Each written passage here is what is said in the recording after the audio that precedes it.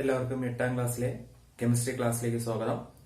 Basic constants of matter എന്ന ചാപ്റ്ററിന്റെ 4ാമത്തെ part video ആണിത്. അപ്പോൾ കഴിഞ്ഞ ക്ലാസ്സുകളിലായിട്ട് എങ്ങനെയാണ് എലമെന്റ്സ് അല്ലെങ്കിൽ സബ്സ്റ്റൻസുകൾ എങ്ങനെയാണ് നമുക്ക് ചുറ്റും കാണപ്പെടുന്നത് നമ്മൾ പഠിച്ചു. അതായത് മോളിക്യൂൾസ് ആയിട്ടാണ് എലമെന്റ്സ് കാണപ്പെടുന്നതെന്നും എങ്ങനെയാണ് ആ മോളിക്യൂൾസ് നമ്മൾ എഴുതുന്നത് സൂചിപ്പിക്കുന്നത് പ്രതീകങ്ങൾ ഉപയോഗിച്ച്, അതായത് സിമ്പിൾസ് ഉപയോഗിച്ച് എങ്ങനെയാണ് നമ്മൾ ഈ മോളിക്യൂൾസിനെ സൂചിപ്പിക്കുന്നതെന്നും അതുപോലെ മോളിക്യൂൾസ് പല ടൈപ്പ് ഉണ്ടെന്നും മോണോ അറ്റോമിക്, അതേ കണക്ക് ഡയറ്റോമിക്, പോളി അറ്റോമിക് എന്നിങ്ങനെയുള്ള മോളിക്യൂൾസ് ഉണ്ടെന്നും നമ്മൾ പഠിച്ചു. പിന്നെ അതിനുള്ള എക്സാമ്പിൾസ്, ഓരോ മോളിക്യൂൾസ് തരുമ്പോഴത്തേക്ക് അതിനുള്ളിൽ എത്ര ആറ്റംസ് ഉണ്ട്, ആ ആറ്റംസുകളുടെ എണ്ണവും അതുപോലെ മോളിക്യൂൾസിന്റെ എണ്ണവും കണ്ടുപിടിക്കാനായിട്ട് നമ്മൾ പഠിച്ചിരുന്നു. ഓക്കെ, അപ്പൊ ഇന്ന് നമ്മൾ പോകുന്നത് നിങ്ങൾ ടെസ്റ്റിൽ പറഞ്ഞിരിക്കുന്നത് പോലെ പറയുകയാണ്. നമുക്കറിയാം കുറെ വേർഡ്സ് ഉണ്ടാകുന്നത് എന്ന് പറയുന്നത് ലെറ്റേഴ്സുകൾ കൂടിച്ചേർന്നിട്ടാണ് അല്ലെ. അപ്പൊ ലെറ്റേഴ്സുകൾ കൂടിച്ചേർന്ന് ഒരുപാട് വേർഡ്സ് ഉണ്ടാകുന്നുണ്ട്. അതുപോലെ തന്നെ നമ്മൾ ഈ പറഞ്ഞ ആറ്റംസുകൾ കൂടിച്ചേർന്ന് മോളിക്യൂൾസ് ഉണ്ടായി. ഓക്കെ, അതുപോലെ തന്നെ ഈ എലമെന്റ്സ്, പല രീതിയിലുള്ള എലമെന്റ്സ് നമ്മൾ പഠിച്ചിട്ടുണ്ട്. Carbon, oxygen, nitrogen, florin. അപ്പൊ ഇങ്ങനെയുള്ള എലമെന്റ്സുകൾ തമ്മിൽ കൂടിച്ചേർന്ന് എന്തുണ്ടാവുന്നു? കോമ്പൗണ്ട്സ് ഉണ്ടാവും. എന്തുണ്ടാവുന്നു? കോമ്പൗണ്ട്സ്. ഒന്നുകൂടെ പറയാം, ലെറ്റേഴ്സുകൾ കൂടിച്ചേർന്ന് എന്തുണ്ടാവുന്നു? വേർഡ്സ് ഉണ്ടാവുന്നു. അതുപോലെ തന്നെ എലമെന്റ്സ്, എക്സാമ്പിൾ പറയുമ്പോൾ ഹൈഡ്രജൻ, ഓക്സിജൻ, ഹീലിയം, ഫ്ലൂറിൻ അങ്ങനെയുള്ള എലമെന്റ്സുകൾ കൂടിച്ചേർന്ന് എന്തുണ്ടാവുന്നു? കോമ്പൗണ്ട്സ് ഉണ്ടാവും. ഉദാഹരണത്തിന് വാട്ടർ ഞാൻ എഴുതിയാണ് H2O. ഇതാണ് വാട്ടർ. വാട്ടറിനുള്ളിൽ എന്തൊക്കെയുണ്ട്? ഹൈഡ്രജൻ ഉണ്ട്, ഓക്സിജൻ ഉണ്ട്. അപ്പൊ ഹൈഡ്രജൻ എന്ന് പറയുന്ന ഒരു എലമെന്റ് ഉണ്ട്, അതുപോലെ ഓക്സിജൻ എന്ന് പറയുന്ന മറ്റൊരു എലമെന്റ് ഉണ്ട്. അപ്പൊ ഇങ്ങനെയുള്ള ഈ രണ്ട് എലമെന്റ്സുകൾ തമ്മിൽ കൂടിച്ചേർന്നാണ് വാട്ടർ എന്ന് പറയുന്ന ആ ഒരു കോമ്പൗണ്ട് ഉണ്ടായിട്ടുള്ളത്. ഓക്കെ, അപ്പൊ നിങ്ങളുടെ ടെസ്റ്റിൽ ഒരുപാട് കോമ്പൗണ്ട്സ് തന്നിട്ടുണ്ട്. അപ്പൊ കുറെ കോമ്പൗണ്ട്സ് നമ്മൾ കുറച്ച് എക്സാമ്പിൾ ആയിട്ട് പഠിച്ചു വെച്ചിരിക്കാം. ഓക്കെ, ഇത് നമ്മൾ ചാപ്റ്റർ തുടർന്ന് പോകുന്ന അനുസരിച്ച്, അതുപോലെ ഇനി ഓരോ ക്ലാസ്സുകളിലേക്ക് പോകുന്ന അനുസരിച്ച് ഒരുപാട് കോമ്പൗണ്ട്സ് നമുക്ക് എന്ത് ചെയ്യാൻ പറ്റും? പരിചയപ്പെടാനായിട്ട് പറ്റും. അപ്പോ ആദ്യം ടെസ്റ്റിൽ തന്നിട്ടുള്ളത് carbon dioxide. Okay, carbon dioxide. ഇപ്പൊ കാർബൺ ഡയോക്സൈഡില് ഏതൊക്കെ എലമെന്റ്സ് ഉണ്ട്? കാർബൺ ഡയോക്സൈഡിലുള്ളത് കാർബണും ഓക്സിജൻ. ഓക്കെ, കാർബണും ഉണ്ട്, അതുപോലെ ഓക്സിജനും ഉണ്ട്. അപ്പൊ കാർബൺ എന്ന് പറയുന്ന എലമെന്റും ഉണ്ട്, അതുപോലെ തന്നെ ഓക്സിജൻ എന്ന് പറയുന്ന എലമെന്റും ഉണ്ട്. അടുത്ത് തന്നിട്ടുള്ളത് ഹൈഡ്രജൻ ക്ലോറൈഡ്. ഓക്കെ, ഹൈഡ്രജൻ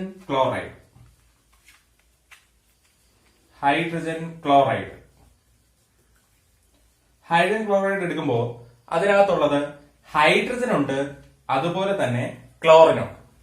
അപ്പൊ ഹൈഡ്രജൻ, ക്ലോറിൻ എന്നീ എലമെന്റ്സുകൾ ചേർന്നിട്ടാണ് ഹൈഡ്രജൻ ക്ലോറൈഡ് എന്ന് പറയുന്ന ഒരു കോമ്പൗണ്ട് ഉണ്ടായിട്ടുള്ളത്. ഓക്കെ, ഇപ്പൊ ഈ എഴുതുന്ന എല്ലാ കോമ്പൗണ്ട്സ് ആണ്. കാർബൺ ഡയോക്സൈഡ് ഒരു കോമ്പൗണ്ട് ആണ്, കാരണം അതിനുള്ളില് അതിന്റെ ഒരു മോളിക്യൂളിനുള്ളില് കാർബൺ ഉണ്ട്, അതുപോലെ തന്നെ ഓക്സിജൻ ഉണ്ട്. ഈ ഹൈഡ്രജൻ ക്ലോറൈഡ് ഒരു കോമ്പൗണ്ട് ആണ്, അതിന്റെ ഒരു മോളിക്യൂളിനുള്ളില് ഒരു ഹൈഡ്രജൻ ഉണ്ട്, അതുപോലെ തന്നെ ക്ലോറിനും ഉണ്ട്. ഹൈഡ്രജൻ എന്ന് പറയുന്ന എലമെന്റും ഉണ്ട്, അതുപോലെ ക്ലോറിൻ എന്ന് പറയുന്ന എലമെന്റും ഉണ്ട്. അതുപോലെ അടുത്തത് തന്നിട്ടുള്ളത് നേരത്തെ നമ്മൾ കണ്ട വാട്ടർ. ഓക്കെ, വാട്ടറിനകത്ത് എന്തൊക്കെയുണ്ട്? വാട്ടറിനകത്ത് ഉള്ളത് ഏതൊക്കെയാണ്? ഹൈഡ്രജൻ ഉണ്ട്, അതുപോലെ തന്നെ ഓക്സിജൻ ഉണ്ട്. ഇനി അതുപോലെ ഷുഗർ നമ്മൾ ഓൾറെഡി ക്ലാസ്സിൽ കണ്ടിട്ടുള്ളതാണ്. ഷുഗറിനുള്ളിലുള്ളത് ഹൈഡ്രജൻ ഉണ്ട്, ഓക്സിജൻ ഉണ്ട്, കാർബൺ ഉണ്ട്. ഓക്കെ, ഹൈഡ്രജൻ ഉണ്ട്, ഓക്സിജൻ ഉണ്ട്, കാർബൺ ഉണ്ട്. ഇനി അതുപോലെ അടുത്ത് തന്നിട്ടുള്ളത് എന്താണ്? മെർക്കുറിക്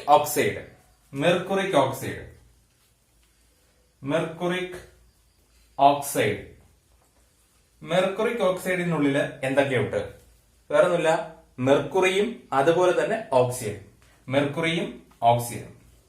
മെർക്കുറിനെ കാണിക്കാൻ, അല്ലെങ്കിൽ മെർക്കുറിയുടെ സിമ്പൽ എന്ന് പറയുന്നത് ക്യാപിറ്റൽ H സ്മോൾ g ആണ്. ഓർത്തോണം. അപ്പൊ മെർക്കുറിക് ഓക്സൈഡില് ഉള്ള എലമെന്റ്സ് ഏതൊക്കെയെന്ന് വെച്ച് കഴിഞ്ഞാൽ ഒന്ന് മെർക്കുറി, അതുപോലെ തന്നെ ഓക്സിജൻ. മെർക്കുറി ഉണ്ട്, ഓക്സിജൻ ഉണ്ട്. അപ്പൊ ഇതെല്ലാം കോമ്പൗണ്ട്സിന് എക്സാമ്പിൾ ആണ്. എന്തൊക്കെയാണ്? വാട്ടർ എന്ന് പറയുന്ന കോമ്പൗണ്ട് എടുത്തു കഴിഞ്ഞാൽ അതിനുള്ളിൽ ഹൈഡ്രജൻ ഉണ്ട്, അതുപോലെ ഓക്സിജൻ ഉണ്ട്. ഷുഗർ എന്ന് പറയുന്ന കോമ്പൗണ്ട് എടുക്കുമ്പോൾ അതിനുള്ളിൽ ഹൈഡ്രജൻ ഉണ്ട്, ഓക്സിജൻ ഉണ്ട്, കാർബൺ ഉണ്ട്. കാർബൺ ഡൈ ഓക്സൈഡ് എടുക്കുമ്പോൾ കാർബൺ ഉണ്ട്, ഓക്സിജൻ ഉണ്ട്. ഹൈഡ്രജൻ ക്ലോറൈഡ് എടുക്കുമ്പോൾ ഹൈഡ്രജൻ ഉണ്ട്, ക്ലോറിൻ ഉണ്ട്. ഇനി മെർക്കുറിക് ഓക്സൈഡ് എടുക്കുമ്പോൾ മെർക്കുറി ഉണ്ട്, അതുപോലെ തന്നെ ഓക്സിജൻ ഉണ്ട്. അപ്പൊ ഇതിനെല്ലാം കോമ്പൗണ്ട്സ് എന്ന് പറയുന്നു. അതായത് ഡിഫറെന്റ് ടൈപ്സ് ഓഫ് എലമെന്റ്സുകൾ കൂടിച്ചേർന്നിട്ടാണ് കോമ്പൗണ്ട്സുകൾ എന്ത് ചെയ്യുന്നത്? ഫോം ചെയ്യുന്നത്. ഓക്കെ, ക്ലിയർ ആണല്ലോ. ഇനി അടുത്തതായിട്ട് നമ്മള് ഇതിലെ ഞാൻ പറഞ്ഞ കാർബൺ ഡൈ ഓക്സൈഡ് എടുക്കുകയാണ്. കാർബൺ ഡൈ ഓക്സൈഡ് നമുക്കെല്ലാം വളരെ ഫെമിലർ ആയിട്ടുള്ള നമ്മുടെ എന്താണ് അന്തരീക്ഷത്തിലെ അറ്റ്മോസ്ഫിയറിൽ കൂടുതലായിട്ട് കാണപ്പെടുന്ന ഒരു എന്താണ് ഒരു മോളിക്യൂൾ, ആ ഒരു കോമ്പൗണ്ട് ആണ് ഏത്? കാർബൺ ഡൈ ഓക്സൈഡ് എന്ന് പറയുന്നത്. അപ്പോ കാർബൺ ഡൈ ഓക്സൈഡ് നമുക്കറിയാം, നമുക്ക് റെസ്പിറേഷൻ കഴിഞ്ഞ് പുറത്തു വരുന്നതും എന്താണ്? കാർബൺ ഡൈ ഓക്സൈഡ് ആണ്. അങ്ങനെയൊക്കെ നമുക്ക് ഫെമിലിയർ ആയിട്ടുള്ള ഒരു കോമ്പൗണ്ട് ആണ് കാർബൺ ഡൈ ഓക്സൈഡ്. അപ്പോ ഇത് പ്രധാനമായിട്ടും എങ്ങനെയെല്ലാം ഉണ്ടാവുമെന്ന് നോക്കാം. പ്രധാനമായിട്ടും ഉണ്ടാവുന്നത് ഒന്ന്, പല രീതിയിൽ ഉണ്ടാവും. ഇപ്പൊ നിങ്ങൾ ടെസ്റ്റിൽ പറഞ്ഞിരിക്കുന്ന കാര്യമാണ് പറയുന്നത്. ഒന്ന്, കാർബൺ ഓക്സിജനില് കത്തുന്ന സമയത്ത്. ഓക്കെ, കാർബൺ ഓക്സിജനില് കത്തുന്ന സമയത്ത് എന്തുണ്ടാവുന്നു? കാർബൺ ഡൈ ഓക്സൈഡ് ഉണ്ടാവും. അപ്പോ കാർബൺ ഓക്സിജനിൽ എന്ത് ചെയ്യുന്നു? കത്തുന്നു. കാർബൺ ഓക്സിജനില് എന്ത് ചെയ്യുന്നു? കത്തുന്ന സമയത്താണ് എന്തുണ്ടാവുന്നത്? കാർബൺ ഡൈ ഓക്സൈഡ് ഉണ്ടാവുന്നത്. അതൊരു സിറ്റുവേഷൻ. അതുപോലെ തന്നെ കാൽഷ്യം കാർബണേറ്റ്. കാൽഷ്യം കാർബണേറ്റിന്റെ ഡീകമ്പോസിഷൻ CaCO3. ഓക്കെ, അതിലോട്ട് വരുന്നില്ല. കാൽഷ്യം കാർബണേറ്റിന്റെ എന്തോന്ന്? Decomposition of calcium carbonate. അപ്പോ പ്രധാനമായിട്ടും ഈ രണ്ട് രീതിയിൽ കാർബൺ ഡയോക്സൈഡ് ഫോം ചെയ്യുന്നുണ്ട്. അതുപോലെ തന്നെ നിങ്ങൾ 7ാം ക്ലാസ്സിൽ പഠിച്ചിട്ടുണ്ട്, ഈ കാർബണേറ്റുകളിൽ ആസിഡ് റിയാക്ട് ചെയ്യുന്ന സമയത്ത് അവിടെയും കാർബൺ ഡൈ ഓക്സൈഡ് എന്ത് ചെയ്യുന്നുണ്ട്? ഫോം ചെയ്യുന്നുണ്ട്. അപ്പൊ ഇവിടെ എല്ലാം ഉണ്ടായ കാർബൺ ഡൈ ഓക്സൈഡ് എല്ലാം ഒരുപോലെയാണോ?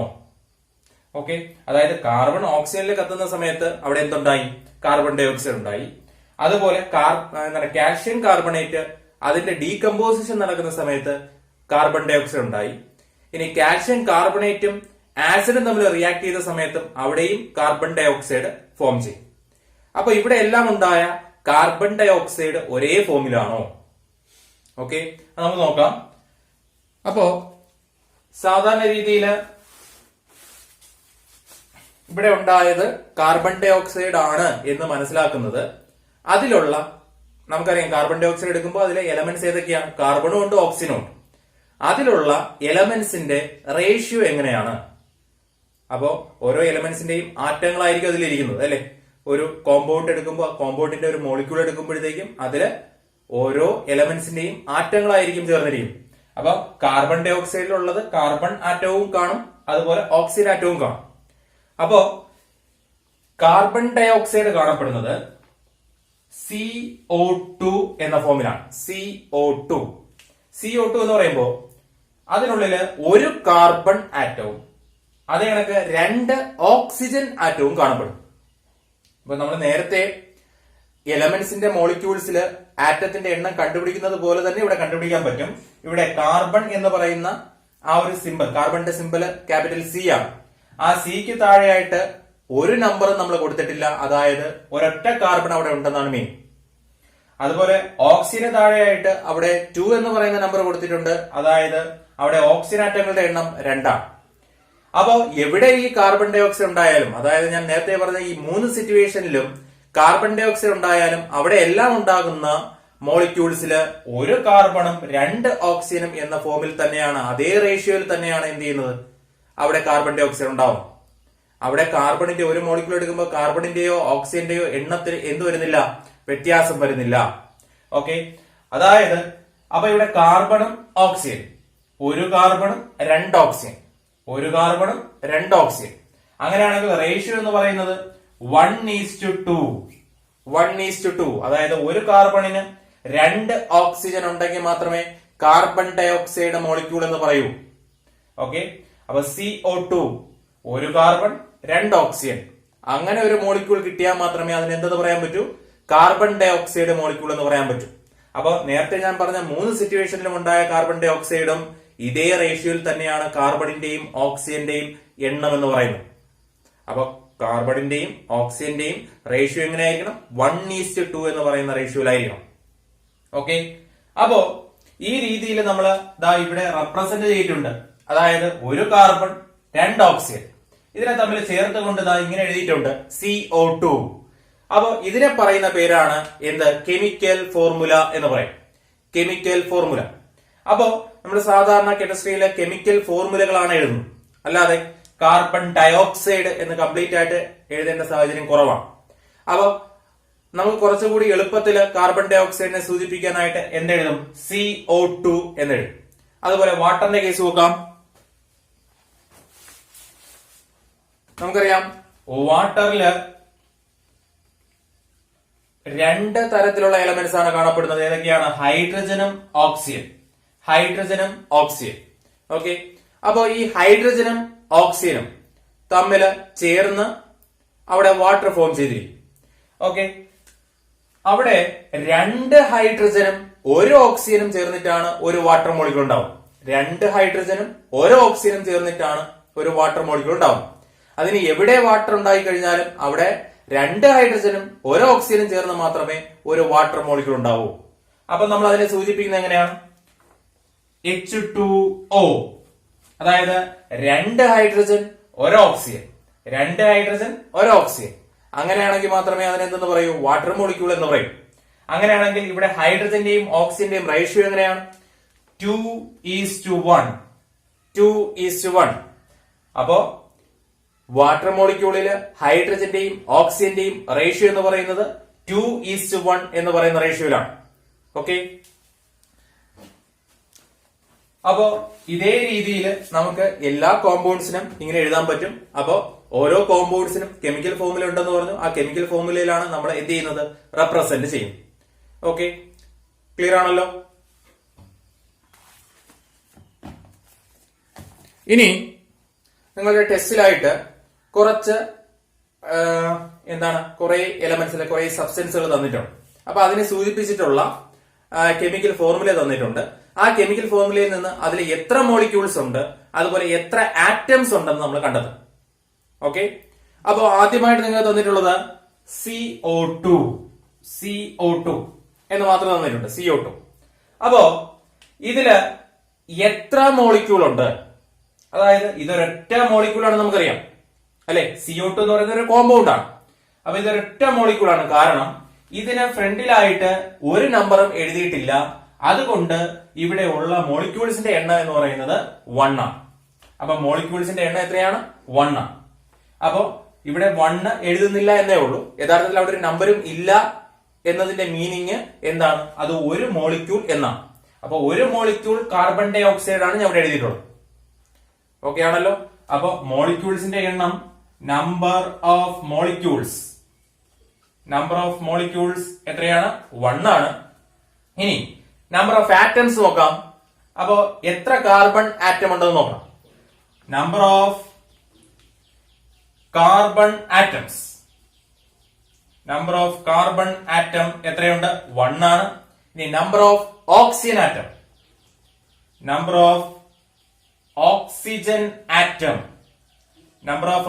എന്ന് പറയുന്നത് എത്രയാണ്? ഓക്സിജന് താഴെയായിട്ട് 2 എന്ന് പറയുന്ന നമ്പർ ഉണ്ട്. അതായത് number of oxygen atom 2. Okay, അങ്ങനെയെങ്കിൽ total number of atoms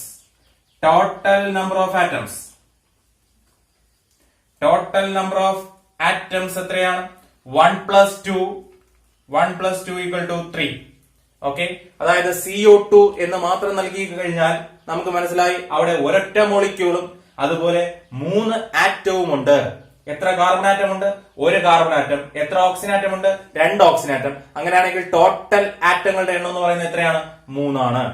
okay, ഇനി അടുത്തതായിട്ട് 2C12H22O11. Okay, 2C12H22O11.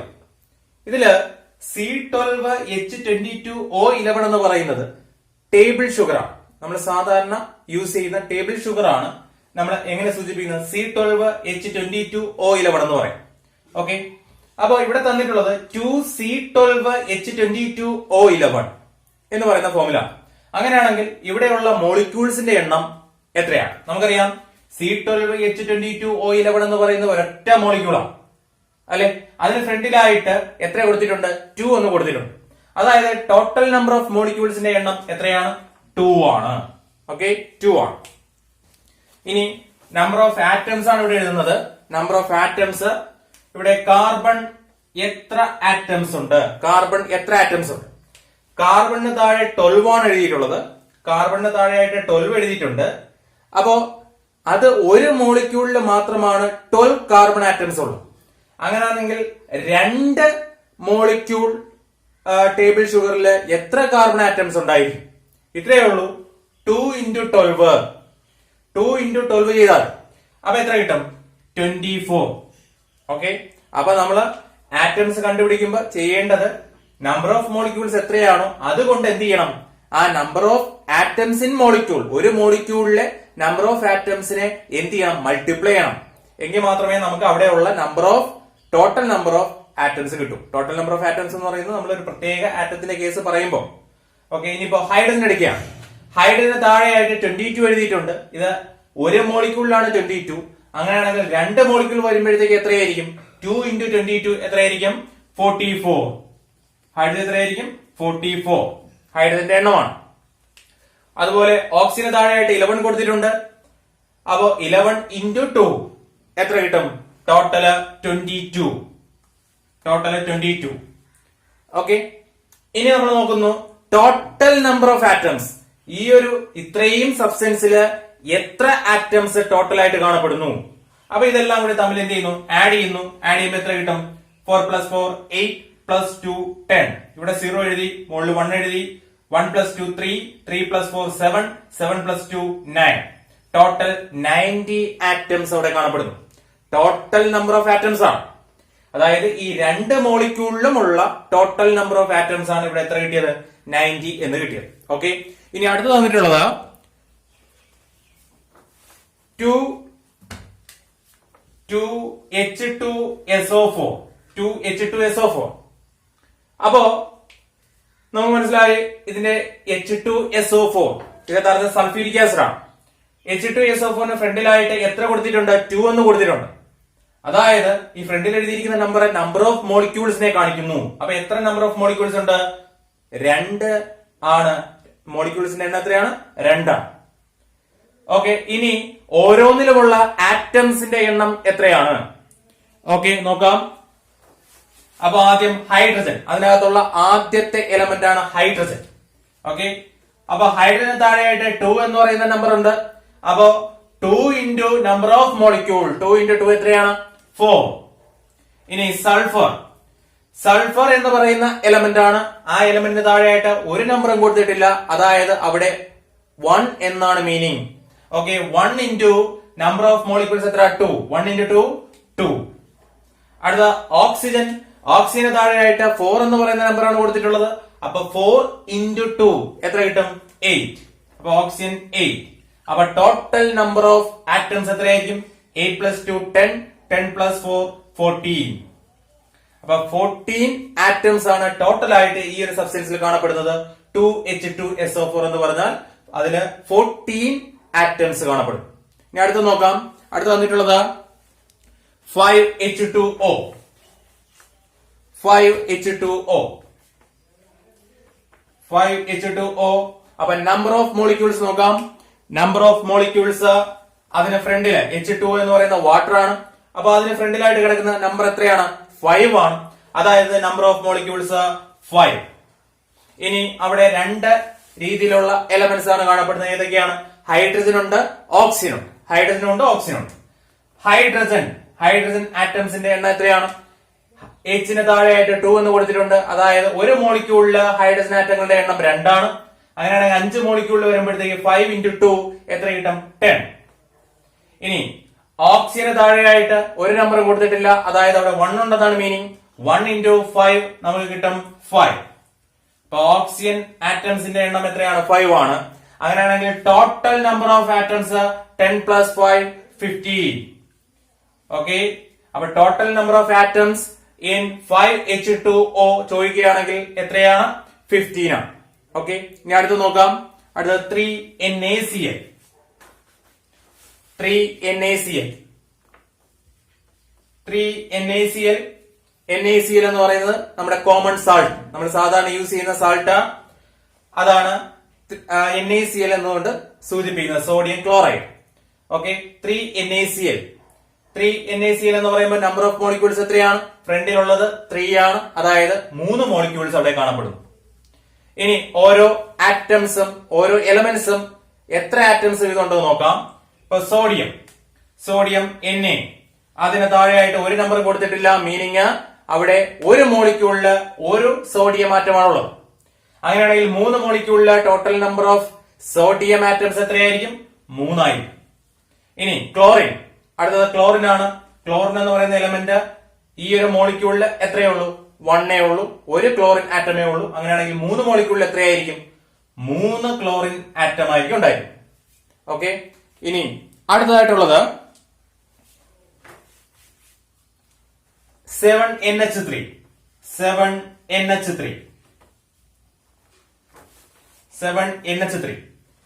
ഓക്കെ, അപ്പോ നമ്പർ ഓഫ് മോളിക്യൂൾസ് NH3 എന്ന് പറയുന്ന അമോണിയ.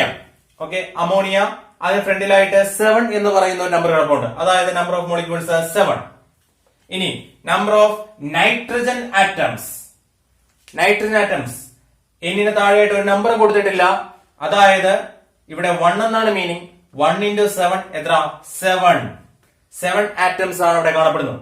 ഇനി ഹൈഡ്രജന് താഴെ, Hന് താഴെയായിട്ട് 3 എന്ന നമ്പർ കൊടുത്തിട്ടുണ്ട്. അപ്പൊ total number of hydrogen atoms എത്രയായിരിക്കും?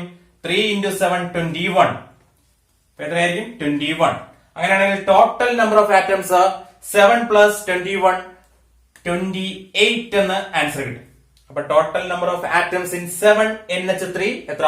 28. ഇനി ലാസ്റ്റ് ക്വസ്റ്റ്യൻ, നിങ്ങൾ ടെസ്റ്റിൽ തന്നിട്ടുള്ള ലാസ്റ്റ് ക്വസ്റ്റ്യൻ ZnCl2.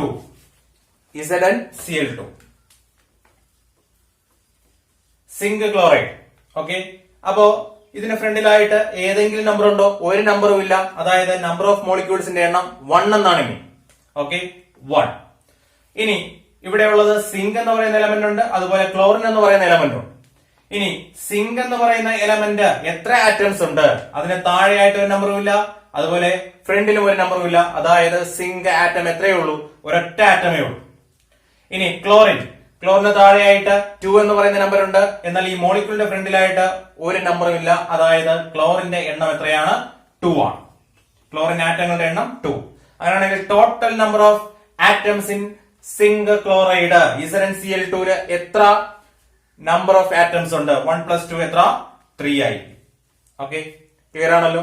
അപ്പോ ഇത് നിങ്ങളുടെ ടെസ്റ്റിലുള്ള എല്ലാ ക്വസ്റ്റ്യൻസും, അതായത് ടെസ്റ്റിൽ പറഞ്ഞിട്ടുള്ള എല്ലാ ഫോമിലുള്ള കാര്യങ്ങളും തന്നിട്ടുണ്ട്. അപ്പൊ ഇങ്ങനെ തന്നത് നിങ്ങൾക്ക് ടെസ്റ്റും കൂടി വെച്ച് കമ്പയർ ചെയ്ത് പഠിക്കാൻ വേണ്ടിയിട്ടാണ്. അപ്പൊ നിങ്ങൾ ആദ്യം ക്ലാസ് കാണുക, അതിനുശേഷം നിങ്ങൾ എന്ത് ചെയ്യുക? ടെസ്റ്റിലുള്ള ഈ പ്രോബ്ലംസ് സ്വന്തമായിട്ട് തന്നെ ഇതുപോലെ നമ്പർ ഓഫ് മോളിക്യൂൾസും നമ്പർ ഓഫ് ആറ്റംസും കണ്ടുപിടിക്കുക. അപ്പൊ ഒരുപാട് കോമ്പൗണ്ട്സ് നിങ്ങൾക്ക് എന്ത് ചെയ്യാൻ പറ്റും? ഇതുപോലെ എഴുതിയിരിക്കുന്ന, ഇങ്ങനെ മോളിക്കുലർ ഫോർമുല വെച്ച് എഴുതിയിരിക്കുന്ന ഒരുപാട് മോളിക്യൂൾസ് ടെസ്റ്റിൽ പല ഭാഗത്തായിട്ട് അല്ലെങ്കിൽ ചാപ്റ്ററിൽ തന്നെ പല ഭാഗത്തായിട്ട് ഉണ്ട്. അപ്പൊ അതിലെല്ലാം എത്ര മോളിക്യൂൾസും എത്ര ആറ്റംസും ഉണ്ടെന്ന് ഈസി ആയിട്ട് ഇങ്ങനെ നമുക്ക് എന്ത് ചെയ്യാൻ പറ്റും? കണ്ടുപിടിക്കാൻ പറ്റും. ഓക്കെ, ക്ലിയർ ആണല്ലോ. അപ്പോ ഇത്രയാണ് ഇന്നത്തെ ക്ലാസ്സിൽ പറഞ്ഞത്. ഇത്രയേ ഉള്ളൂ. നമ്മള് കോമ്പൗണ്ട്സ് എന്താണെന്ന് പറഞ്ഞു. കോമ്പൗണ്ട്സ് എന്ന് പറഞ്ഞാൽ ഡിഫറെന്റ് ആയിട്ടുള്ള എലമെന്റ്സ് തമ്മിൽ കമ്പൈൻ ചെയ്ത് ഫോം ചെയ്യുന്നതാണ് കോമ്പൗണ്ട്സ്. കോമ്പൗണ്ട്സ് എങ്ങനെ തന്നെയാണ് കാണപ്പെടുന്നത്? മോളിക്യൂൾസ് ആയിട്ടാണ് കാണപ്പെടുന്നത്. ഇനി അതിനുശേഷം പറഞ്ഞ എന്താണ്? നമുക്ക് കെമിക്കൽ ഫോർമുലകൾ യൂസ് ചെയ്തിട്ട് ഇതിനെല്ലാം എന്ത് ചെയ്യാൻ പറ്റും? റെപ്രസെന്റ് ചെയ്യാൻ പറ്റും എന്ന് പറഞ്ഞു. അത് നമ്മൾ എലമെന്റ്സിന്റെ കേസിലും പറഞ്ഞതാണ്. ഇനി ഇവിടെ നമ്പർ ഓഫ് മോളിക്യൂൾസും നമ്പർ ഓഫ് ആറ്റംസും എങ്ങനെ കണ്ടുപിടിക്കാമെന്നും പറഞ്ഞു. ഓക്കെ, ക്ലിയർ ആണല്ലോ.